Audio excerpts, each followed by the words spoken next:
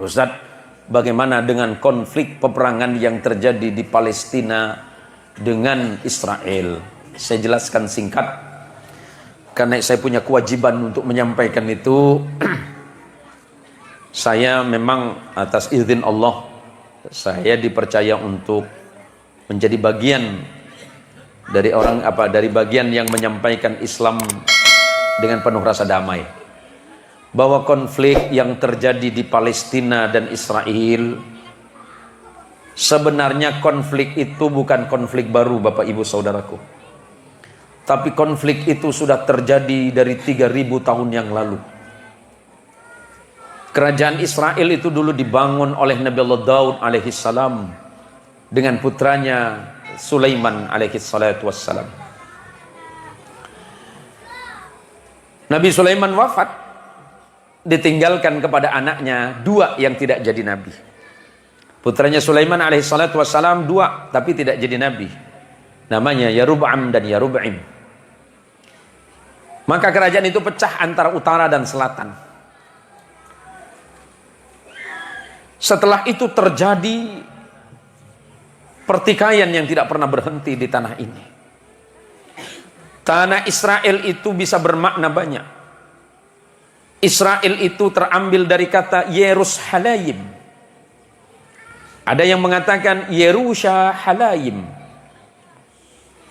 Ada yang mengatakan Israel itu sebagai Sarlil. Ada yang mengatakan bahwa Israel itu adalah tanah Darussalam. Karena sesungguhnya memang di tanah Israel itu, di Palestina itu, yang kemudian dipecah menjadi Palestina dan Israel. Di situ ada ribuan para nabi yang pernah Allah utus di tanah ini. Tetapi ada 400 nabi yang pernah dibunuh oleh bangsa Israel itu sendiri. Nabi yang pernah dibunuh di tanah itu, mulai dari Nabi Daniel, Nabi Armia, Nabi Jurjis atau Jerjis. Di situ nabi yang pernah dibunuh oleh orang Israel itu. Ada Nabi Zakaria dan Nabi Yahya. Zakaria itu ayahnya dan Yahya itu putranya. Itu nabi yang dibunuh oleh bangsa Israel. Bangsa Israel itu bangsa. Yahudi adalah agamanya. Di tanah Israel yang kemudian di belakang hari didirikan tahun 1948. Tapi tanah Israel itu hasil aneksasi atau rampasan dari warga Palestina. Saya jelaskan ini biar jelas. Awal mulanya orang Israel itu cuma datang. Kapan mereka datang? Datang diselamatkan oleh Nabi Allah Musa alaihi salatu wassalam dari kejaran Fir'aun, kemudian dibawa ke tanah ini. Penduduk aslinya sebenarnya adalah orang Filistin atau Palestin atau Filistin. Orang Filistin atau Palestina berbangsa Arab. Israel, ya suku, itu suku Israel. Agamanya Yahudi.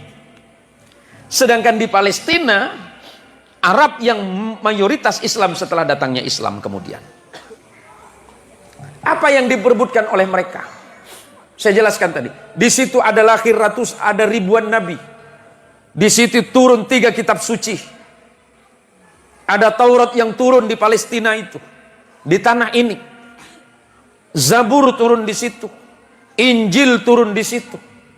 Dan nanti di akhir zaman, karena Nabi Isa lahir di situ, Nabi Isa nanti akan datang di akhir zaman di tanah itu untuk memerangi Dajjal, dan Dajjal mati di tempat itu ketika berperang yang dipimpin oleh Imam Mahdi bersama Isa alaihi salatu wassalam.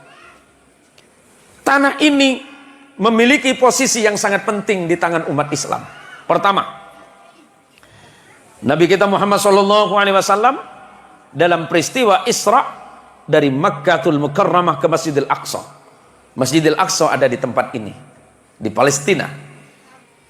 Dan dari Masjidil Aqsa ini Nabi Mi'raj ke langit pertama hingga ke-7, hingga ke Sidrah dan Mustawa. Di situ posisi pentingnya. Kedua, yang berikutnya, Masjid yang pertama kali dibangun di atas dunia ini, kata Nabi, adalah Masjidil Haram. Setelah itu kemudian dibangun di Palestina yang bernama Al-Aqsa hari ini. Jaraknya 40 tahun. Berikutnya, setelah perintah salat itu turun kepada Nabi kita Muhammad SAW, umat Islam salat dan kiblat pertamanya menghadap ke Al-Aqsa di Palestina. 16 bulan lamanya umat Islam salat menghadap ke sana. Maka kalau Anda pernah salat di satu masjid di Tanah Makkah namanya Masjid Qiblatain, Masjid dua kiblat. Karena di masjid ini Rasulullah salat menghadap ke Baitul Maqdis, Palestina, tapi setelah itu turun perintah Allah, fawalli wajhaka satrul Masjidil Haram, maka hadapkanlah wajahmu ya Muhammad ke arah Masjidil Haram. Maka masjid ini sekarang dikenal dengan Masjid Qiblatain atau Masjid dua kiblat. Yang berikutnya, kenapa umat Islam itu sangat mencintai Al-Aqsa? Kata Nabi SAW, tidak boleh kalian berniat dan menyengaja datang ke masjid di dunia ini kecuali 3 masjid. Pertama, Masjidil Haram, Mekah. Kedua, Masjid Nabawi, Madinah, masjidku. Dan yang ketiga, Masjid Al-Aqsa, Palestina. Yang berikutnya, Al-Aqsa ini pernah dikuasai oleh umat Islam pada masa penaklukan Iskandariyah Mesir, sampai kemudian termasuk salah satunya adalah penaklukan Al-Aqsa. Artinya apa? Umat Islam sangat mencintai Al-Aqsa. Umat Islam sangat mencintai tanah ini, tanahnya para nabi dan para rasul, di mana wahyu Allah pernah turun di situ. Dan hari ini atas kekejaman bangsa Israel, orang-orang Palestina tanahnya terampas dan hanya tinggal 5% tanahnya. Padahal dulu 100% itu punya Palestina. Apa yang dilakukan oleh Israel hari ini? Menunjukkan kepada kita dan mengajarkan kepada kita. Jangankan kita tidak dimusuhi oleh itu, oleh orang-orang Yahudi. Bahkan nabi mereka sendiri dibunuh karena tidak sesuai dengan keinginan mereka. Yang Allah sebutkan dalam Quran, Bismillahirrahmanirrahim. وَلَتَجِدَنَّ شَدَّ النَّاسِ عَدَاوَةً لِلَّذِينَ آمَنُوا الْيَهُودُ وَالَّذِينَ أَشْرَكُوا. Yang paling keras permusuhannya terhadap kalian umat Islam, siapa? Mereka adalah orang-orang Yahudi dan orang-orang musyrik yang membenci kalian. Bagaimana sikap umat Islam di Indonesia? Pertama, mari kita doakan kepada Allah. Mudah-mudahan saudara-saudara kita yang di Palestina, di tanah suci ini, yang wafat dalam keadaan perang, wafat di dalam keadaan syahid di jalan Allah Subhanahu wa taala. Dan persoalan ini bisa diselesaikan dengan secepatnya. Dan semoga bangsa ini bisa terbebas dari penjajahan. Kita umat Islam hanya berharap kepada Allah. Allah memberikan pertolongan untuk saudara kita. Lantas, apakah di Palestina itu Islam semua, Ustadz? Ini yang perlu saya jelaskan sebagai penutup. Mayoritas penduduk Palestina itu Muslim. Di tempat ini lahir ulama kita, lahir imam besar kita, yang bernama Imam Muhammad bin Idris Asy-Syafi'i, yang kita kenal dengan Imam Syafi'i, karena secara fikih kita berfikih madhab Syafi'i. Lahirnya di kota Gaza, yang hari ini tengah berperang. Di sebelah sananya ada satu kota namanya Ashkelon. Di dalam bahasa Arab disebut dengan Asqalan. Di situ lahir imam besar ilmu hadis namanya Imam Ibnu Hajar Al-Asqalani, yang menulis kitab syarah Fathul Bari, syarah kitab Sahih Bukhari. Imam Sufyan Ats-Tsauri juga lahir di situ. Ada banyak sekali ulama-ulama besar yang lahir di tanah ini. Apa yang harus kita lakukan? Kita sangat menolak apa yang terjadi hari ini. Aneksasi, pemaksaan, perampasan hak hidup. Di Palestina mayoritas Muslim.